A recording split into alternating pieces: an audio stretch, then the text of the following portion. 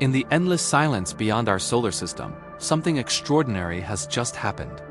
NASA's Voyager 1, a relic from a bygone era, has done the impossible.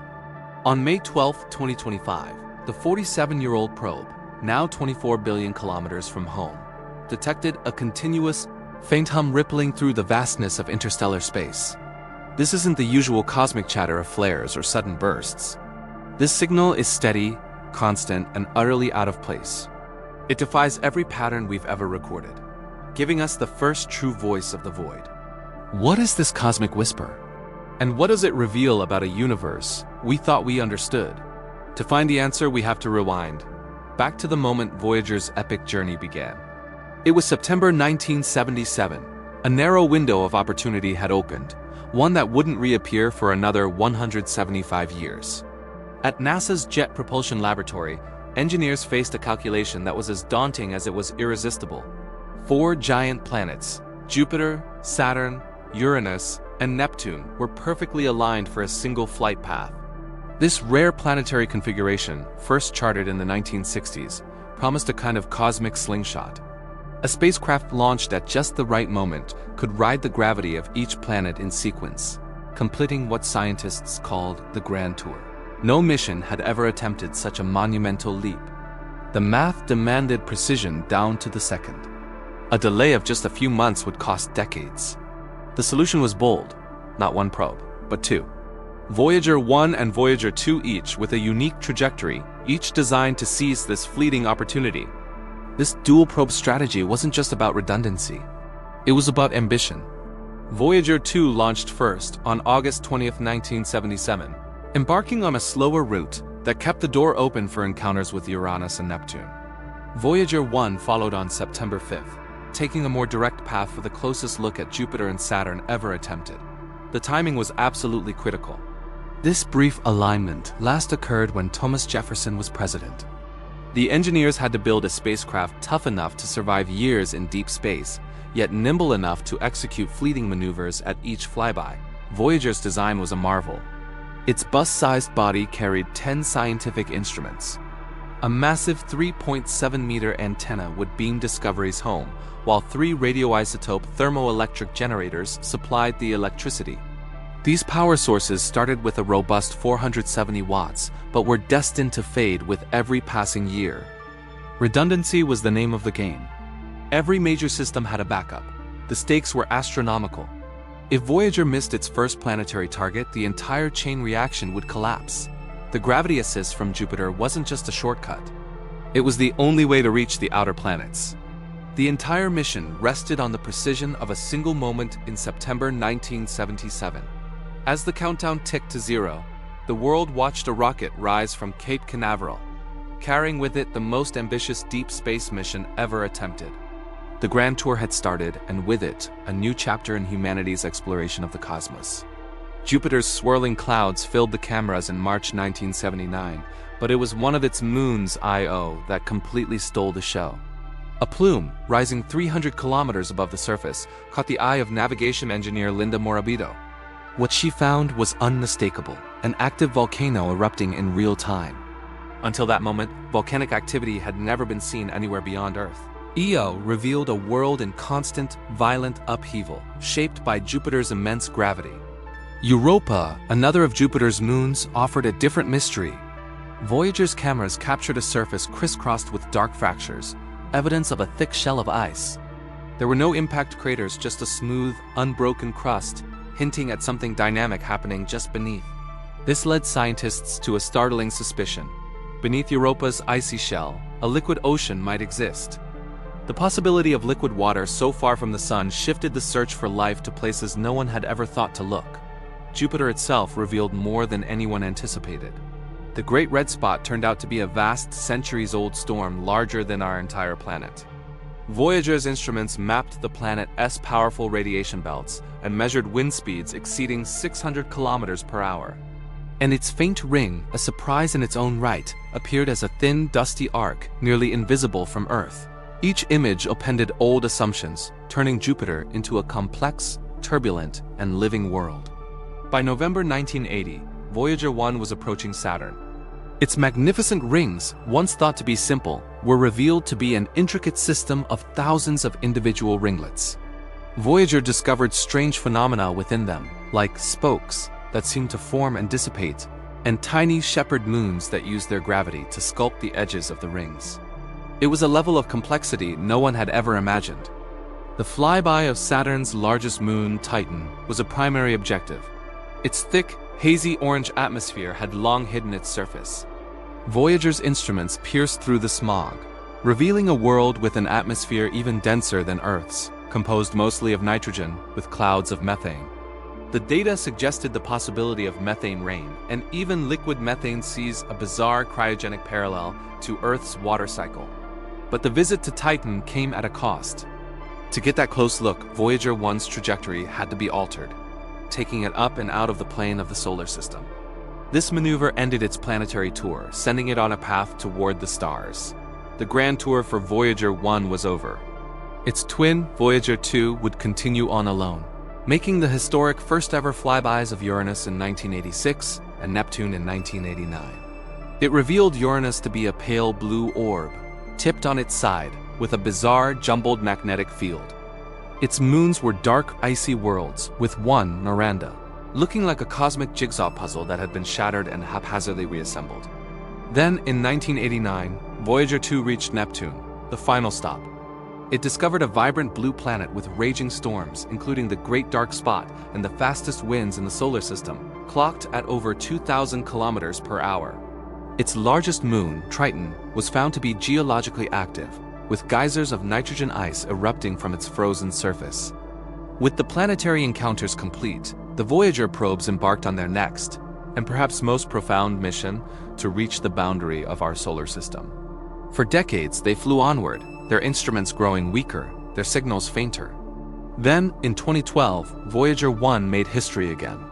It crossed the heliopause, the boundary of the Sun's protective bubble, and officially entered interstellar space, the first human-made object to do so. Voyager 2 followed 6 years later. They were now our first emissaries to the galaxy. Which brings us back to today, and that mysterious hum.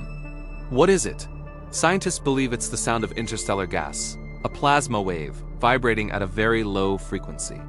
Unlike the sporadic bursts caused by the Sun, this hum is constant. It suggests the density of the interstellar medium is far greater and more structured than previously thought. Voyager 1 isn't just traveling through an empty void. It's sailing through a dynamic buzzing environment. It's hearing the ambient background noise of our galaxy.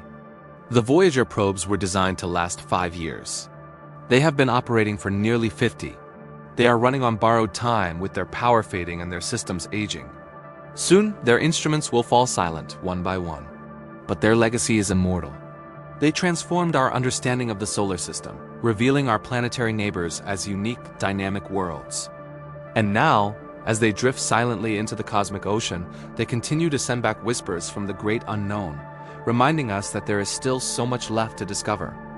Voyager 1's arrival at Saturn was nothing short of a revelation.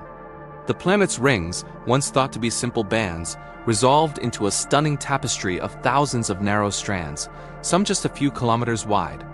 Bright gaps and delicate, braided structures hinted at unseen moons, tiny shepherds guiding the icy debris with their gravitational pull. Saturn's atmosphere, a swirling mix of hydrogen and helium, spun at incredible speeds, completing a rotation every 10 hours and 39 minutes, with vast cloud bands stretching across its face. But it was Saturn's largest moon, Titan, that became the mission's prime target. The flight path for Voyager 1 was chosen specifically for a close encounter. Mission planners sacrificed the chance to visit Uranus and Neptune, all for a single daring flyby, bringing the probe just 4,000 kilometers above Titan's mysterious surface, and Titan did not disappoint. Voyager's instruments pierced through a thick orange haze to reveal an atmosphere denser than Mars, composed mostly of nitrogen with traces of methane and ethane. Sunlight struggled to penetrate the smog, leaving the surface in a perpetual twilight. The probe's radio signals measured the atmosphere's depth, confirming a groundbreaking discovery. Titan was the only moon in our solar system with a substantial gaseous envelope. Even more tantalizing were the hints of organic molecules in the haze, suggesting complex chemistry that might resemble the conditions on a very early Earth, before life began. In total, Voyager 1 sent back over 16,000 images from its Saturn encounter, mapping not just the ringed planet, but its entire retinue of moons, each with a unique story to tell. The spectacular success at Jupiter and Saturn completely transformed Voyager 1's reputation. It was no longer just a flyby mission. It had become a true explorer, rewriting textbooks with every transmission.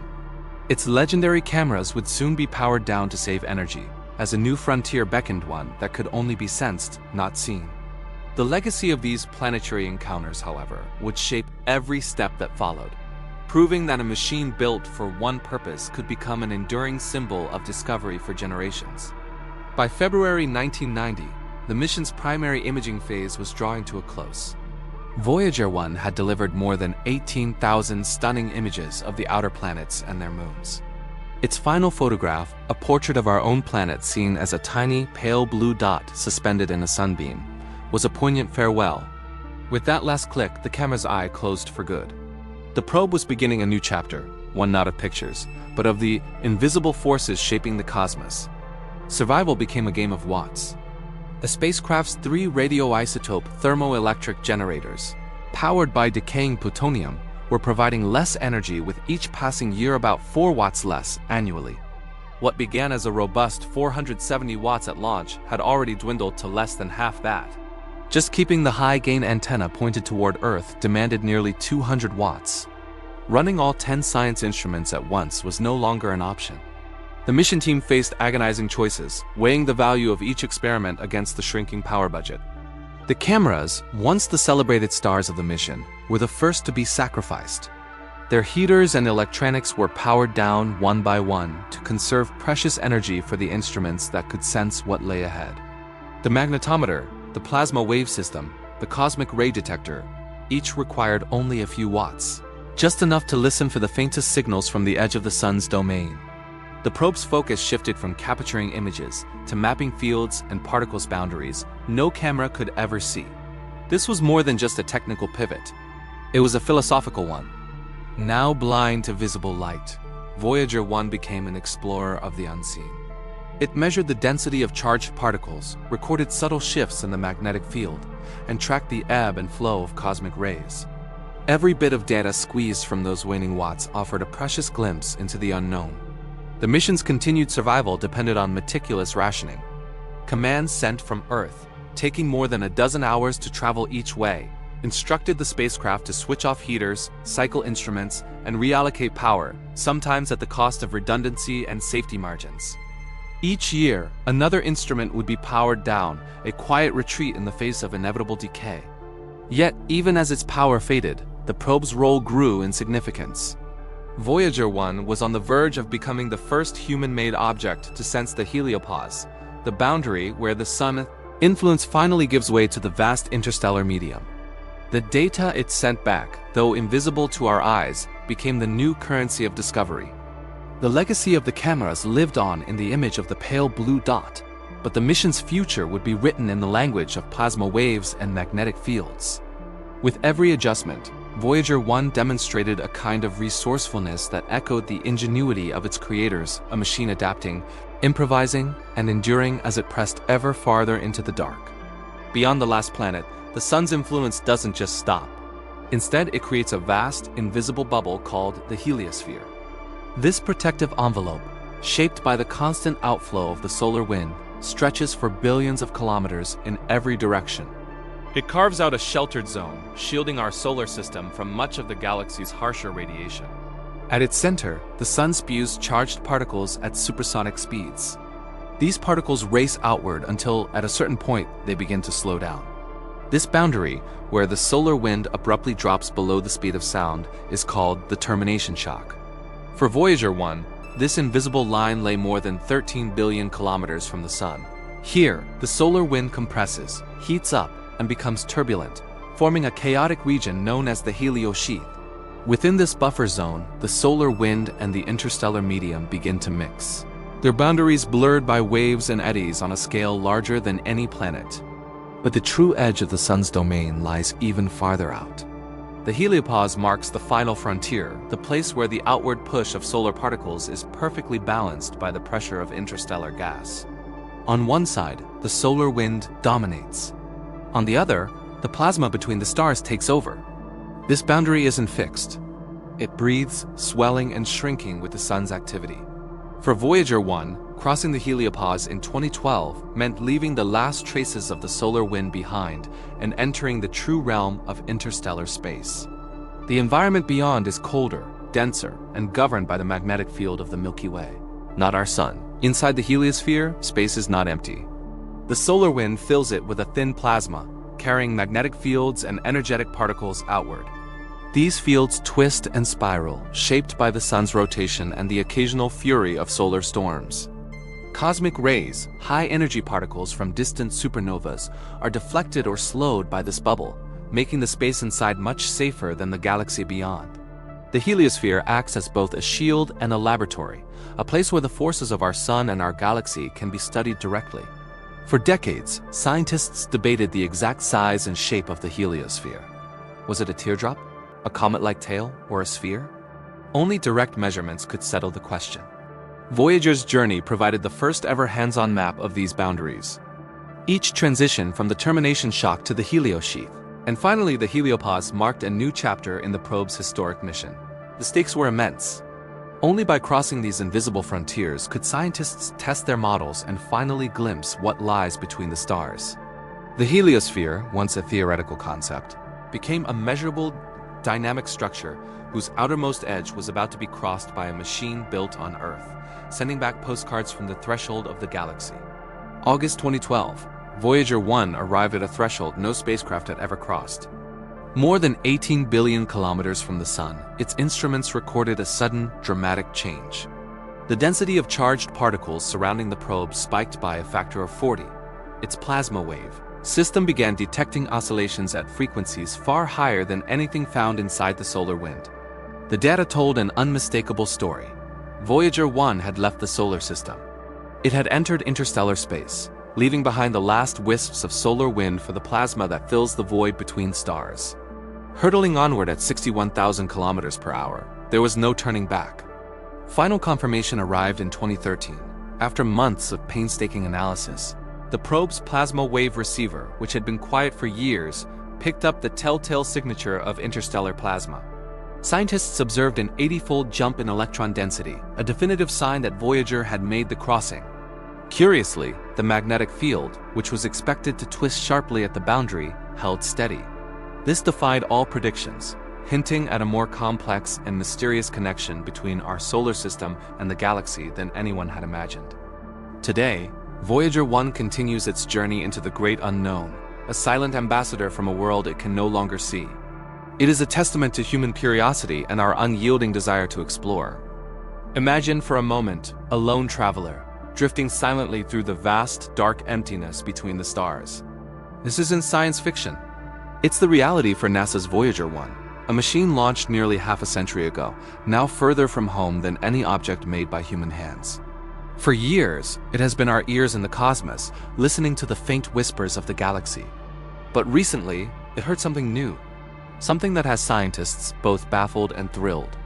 Our story begins at the very edge of our solar system, a boundary called the heliopause. This is where the sun's influence, its solar wind, finally gives way to the vast ocean of interstellar space. When Voyager 1 crossed this frontier, it was a monumental achievement. For the first time, we could directly sample the stuff between the stars, not by gazing through telescopes, but by being there. The probe's instruments, originally designed to listen for radio storms from planets like Jupiter, were repurposed. They became an ear tuned to the subtle vibrations of the galaxy itself, and listen it did. Voyager discovered that interstellar space isn't silent. It's filled with plasma, a thin soup of charged particles, and this plasma hums. In 2017, the probe detected a faint, persistent tone, a baseline frequency that tracked the density of the space it was moving through. It revealed a medium that was alive, filled with its own quiet turbulence. This discovery changed our understanding of the interstellar medium, turning it from a void into a dynamic environment. Voyager wasn't just a visitor anymore. It was an explorer, its mission now defined not by pictures, but by the music of plasma waves. Then on May 12, 2025, something changed. Voyager 1's plasma wave instrument picked up a signal that stood out from everything it had ever recorded. A faint but unwavering tone locked in at exactly 3 kilohertz. Day after day, week after week, it held steady. This wasn't the usual crackle and pop of a distant solar storm or the fading echo of a cosmic shockwave. This was a persistent, pure hum, so quiet it was barely distinguishable from the instrument's own background noise. But careful analysis confirmed it was real. Think about the journey this signal takes. From nearly 24 billion kilometers away, Voyager 1, running on less power than a refrigerator light bulb, sends its data home. The transmission travels for over 22 hours, its strength dwindling to a whisper by the time it reaches the massive 70-meter dishes of the deep space network on Earth. It's an incredible feat of engineering that we can hear anything at all. Back at the Jet Propulsion Laboratory, engineers went into overdrive. Their first thought, is the old spacecraft finally showing its age? They checked everything. The plasma wave instrument's temperature and voltage were stable. The spacecraft's memory, which had been creatively patched just last year, was holding up perfectly. They ran every diagnostic they could think of. The conclusion was undeniable. The signal wasn't a ghost in the machine. It was coming from out there. The team then turned their focus to the signal itself. They ran the data through layers of digital filters, painstakingly cleaning up the transmission to isolate the tone. What emerged was a clean, unwavering line.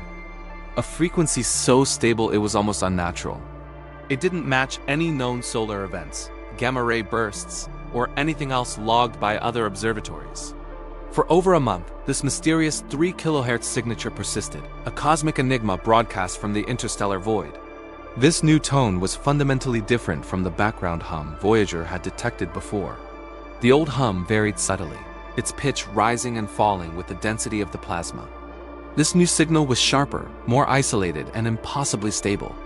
The discovery sparked intense debate among the mission scientists. Was it some new, undiscovered cosmic structure, like a filament of plasma stretched across space? Or was it a fundamental shift in the local interstellar environment itself, something Voyager was only now able to detect? To truly grasp what Voyager was hearing, scientists did something amazing. They turned the data into sound. They took the frequency values and mapped them directly into the audio range. The result is haunting. It's a pure, steady hum, like a low electronic whistle, holding its pitch with machine-like patience. It's not the dramatic chorus of a solar storm. It's a quiet, constant note.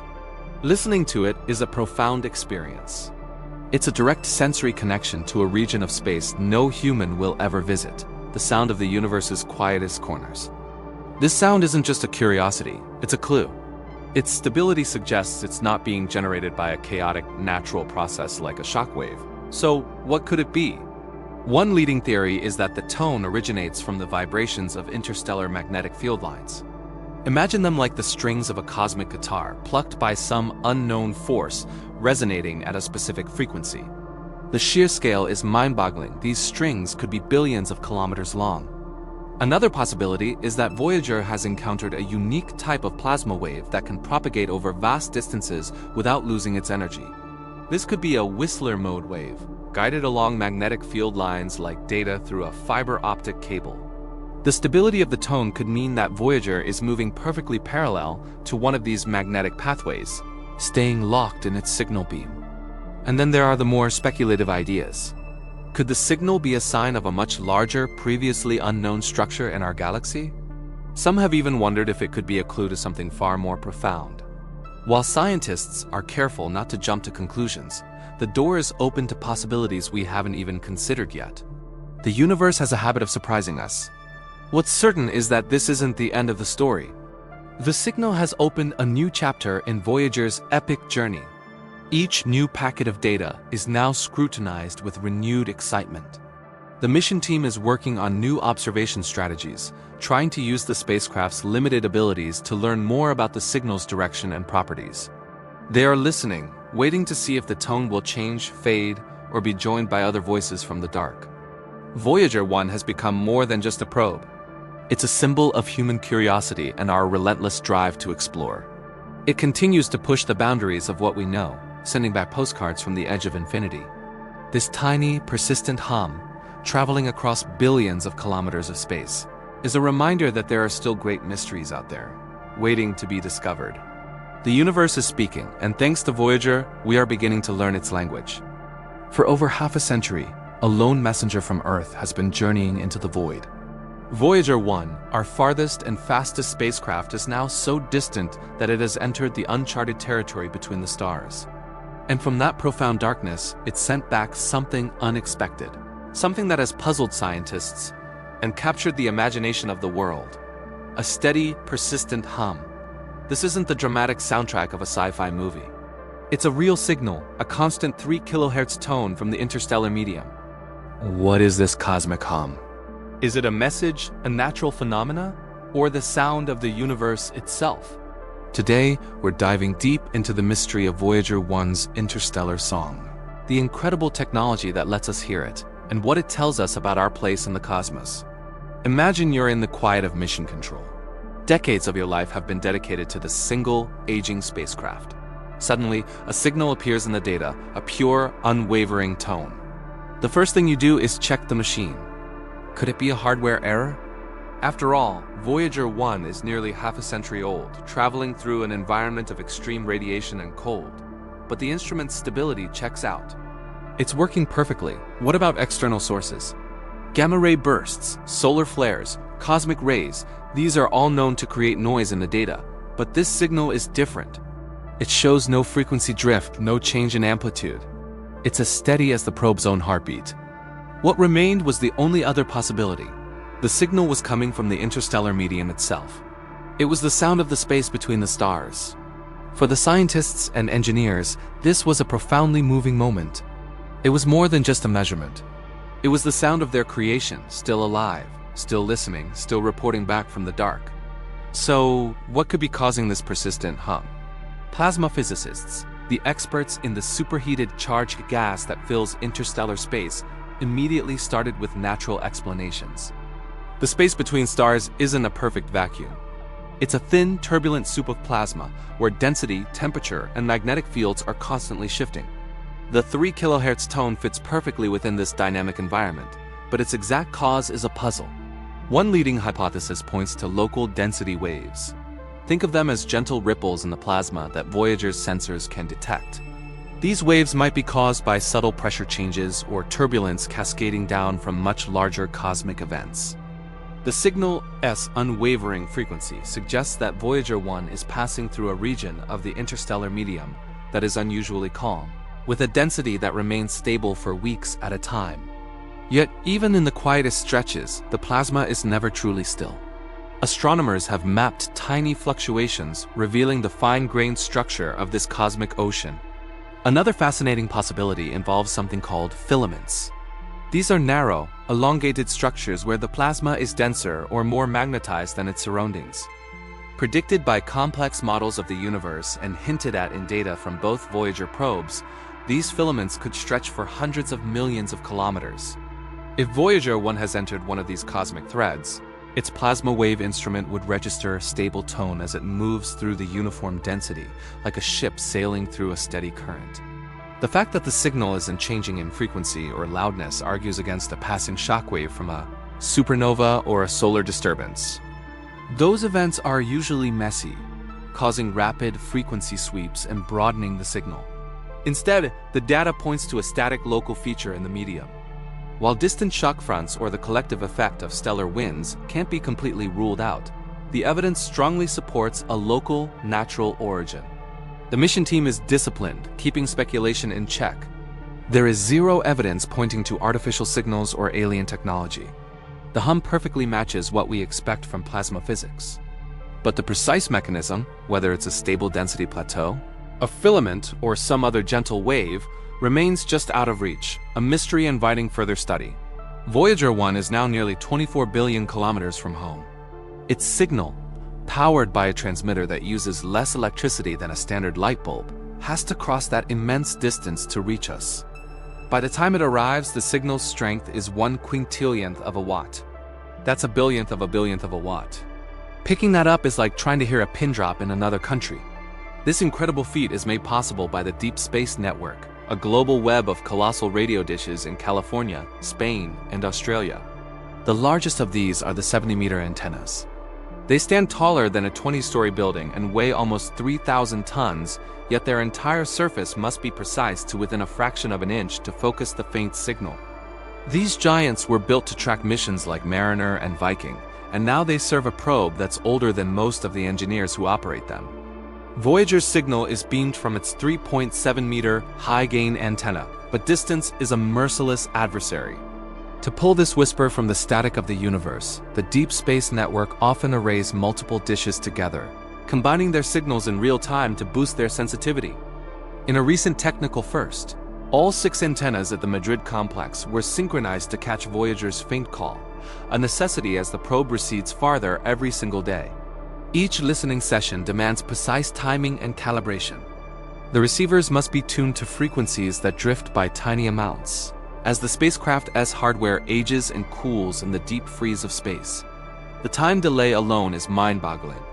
A command sent from Earth takes 22 hours to reach Voyager. A round trip for a signal from Earth to Voyager and back takes 45 hours. This means engineers must plan every instruction days in advance, knowing that a single missed signal or power fluctuation could lead to weeks of silence. All of this is happening on a spacecraft that is running out of power. Voyager's radioisotope generators, its nuclear batteries, have faded to less than half their original strength. This has forced the mission team to make heartbreaking choices about which instruments to keep alive and which to turn off forever. Today, the high-gain antenna, the probe's voice, claims nearly all the available energy. Just enough is left for the plasma wave detector, the instrument that hears the hum, and a handful of other essential sensors.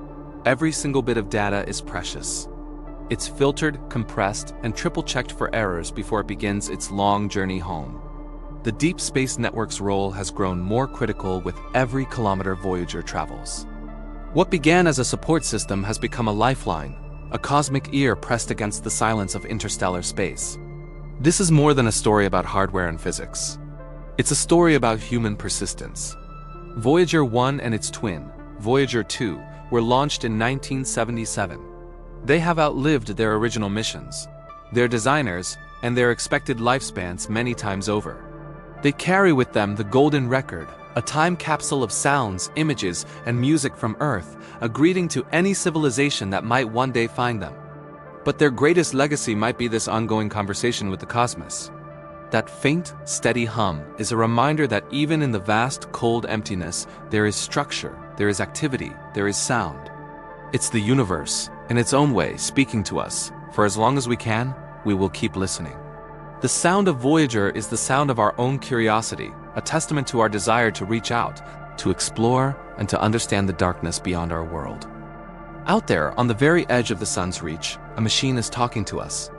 Voyager 1, a ghost from another era, is whispering secrets from the interstellar dark. And here on Earth, a dedicated team listens, their ears giant radio dishes pointed at the sky, straining to catch a signal billions of kilometers away. This isn't just a story about a spacecraft. It's a conversation across space and time, a testament to human ingenuity against the relentless march of entropy. Every single year, Voyager 1's power supply dwindles. It's a slow, predictable fade. The spacecraft is powered by 3 radioisotope thermoelectric generators, fueled by plutonium-238. At launch, they produced a healthy 470 watts of electricity. Today, in 2024, that number is less than half, around 220 watts. It's a loss of roughly 4 watts every single year. The physics is simple. As the plutonium decays, it generates less heat. And the thermocouples, the parts that convert that heat into precious electricity, are getting old and less efficient. Think about that for a second. Every component on board, from the heaters that keep it from freezing solid to the instruments that taste the interstellar wind, is fighting for a slice of an ever-shrinking energy pie. Just keeping its main antenna pointed at Earth requires nearly 200 watts. What's left over is barely enough to power a couple of light bulbs, let alone a suite of sophisticated science instruments. This puts the mission team in an impossible position, a choice they have to make year after year. Which instrument do we turn off to save power? It's like choosing which of your senses to give up to stay alive just a little bit longer. In February of 2025, the cosmic ray detector fell silent. Next year, in early 2026, the low-energy charged particle instrument will likely be next. Each shutdown is a bittersweet moment. It's a loss, one less window to the universe. But it's also an act of preservation, buying a little more time for the instruments that are still awake. Yet, even as its power dims, Voyager's legacy only grows brighter. Bolted to its side is the Golden Record, a time capsule for any civilization that might one day find it. It carries greetings in 55 languages, the sounds of Earth, from the cry of a baby to the music of Batch and Blind Willie Johnson. It holds images of our world, our science, our art, and our humanity. It was never a distress signal, not a beacon for rescue. It was simply a message in a bottle, cast into the cosmic ocean. The chances of it ever being found are astronomically small, almost zero. But that was never the point. The gesture itself, the act of reaching out, is what endures. It's a profound statement of hope, curiosity, and our unyielding desire to see what lies beyond the next horizon. As the years tick by, the engineers make these gut-wrenching decisions, constantly weighing science against sheer survival. The Plasma Wave instrument, which discovered that strange interstellar hum, is now sipping less than 5 watts of power. But it's still listening, straining for the faintest vibrations in the void. The magnetometer, extended on a long boom to escape the spacecraft's own magnetic interference, continues to map the invisible fields that sculpt the space between the stars. Every single bit of data we get back now is a hard-won victory. It's the final harvest from a machine that was only designed to last a few years, a machine that has outlived all expectations. Voyager 1's endurance is a fragile thing. A single critical failure could silence it forever. But it's also a powerful reminder of what we can achieve, of what can last. This spacecraft will eventually outlive its power source. Its instruments will fall silent one by one. It will probably even outlive the civilization that built it. But it will keep going. Long after the last faint signal fades into the background noise of the cosmos, Voyager 1 will continue its silent journey outward, a ghost ship carrying a small, golden piece of humanity into the great unknown dark. And the science it's still doing is simply mind-blowing. On May 12, 2025, something remarkable happened. Voyager 1 detected a persistent plasma wave, a steady low-frequency hum at 3 kHz. This wasn't a glitch. The signal was confirmed by multiple deep space network stations here on Earth. Think about that journey. The signal traveled for 22 hours, crossing more than 24 billion kilometers of space to reach us. And our reply, our commands back to the spacecraft, took another 22 hours to get there. This detection officially became the longest distance measurement of a plasma wave ever recorded. Building on similar mysterious hums Voyager heard back in 2012 and 2017, the team ran every diagnostic check imaginable, ruling out any kind of hardware malfunction. The data was double and triple checked using standard NASA analysis protocols. The hum was real, so what's causing it? Scientists have ideas, of course. Maybe it's local density waves in the interstellar gas, like ripples in a pond. Perhaps it's some kind of complex interaction happening at the heliopause, the boundary where the sun's influence ends. Or it could be the echo of a shockwave from a distant, ancient stellar event. But right now, no single theory perfectly explains the duration and specific frequency of this hum. And we might never get a definitive answer. The limits of Voyager's fading power and aging instruments mean some cosmic mysteries may remain just out of reach. But that doesn't diminish the discovery. In fact, it's what makes it so exciting. This detection helps us refine our models of the interstellar medium, that tenuous sea of gas and dust between the stars. It forces us to rethink our assumptions and highlights the incredible global collaboration it takes to pull a signal this faint from the noise. Voyager 1 is now a relic running on fumes, a miracle of engineering and willpower. Its continued transmissions, carrying both groundbreaking scientific data and that beautiful golden record, are more than just signals. They are a symbol of our own perseverance, our curiosity, and our endless reach for the stars. It's a conversation that has lasted for nearly half a century, and one we will continue to listen to until the very last whisper fades away. Thank you so much for watching. If you found this journey as inspiring as I do, consider liking this video and subscribing to the channel for more stories from the frontiers of science and space. We'll see you in the next one.